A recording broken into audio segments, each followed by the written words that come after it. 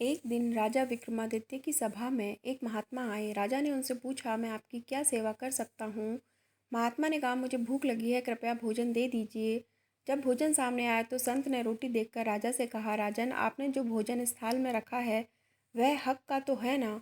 हक यानी अधिकार। ये बात सुनकर विक्रमादित्य चौंक गए कि ये हक का भोजन क्या होता है। राजा ने कहा, आप बताइए, मैंने तो पहली बार सुना है कि हक का भी भोजन होता है। संत ने कहा, गांव में जाइए और वहां आपको एक बूढ़ा व्यक्ति मिलेगा, उससे पूछिएगा। जब राजा बताए गए पते पर पहुंचे तो वहां एक जुलाहा सूत काट रहा था। राजा ने उससे पूछा कि यह हक का भोजन किसे कहते हैं।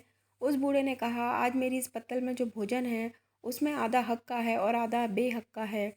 राजा ने कहा, कृपया ये बात मुझे ठीक से समझाएं। बूढ़े ने कहा, एक दिन मैं सूत काट रहा था और अंधेरा हो गया तो मैंने एक दीपक जलाया और मैं अपना काम करने लगा। उस समय मेरे घर के पास से एक जुलूस निकला।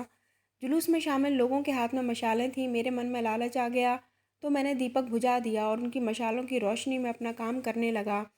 उस काम से मुझे जो धन मिला उससे मैंने ये अन्न प्राप्त किया है। ये अन्न आधा हक का है और आधा बेहक का इसलिए है क्योंकि जितना काम मैंने उन लोगों की मशालों की रोशनी में किया था उतना धन उन लोगों के हक का है।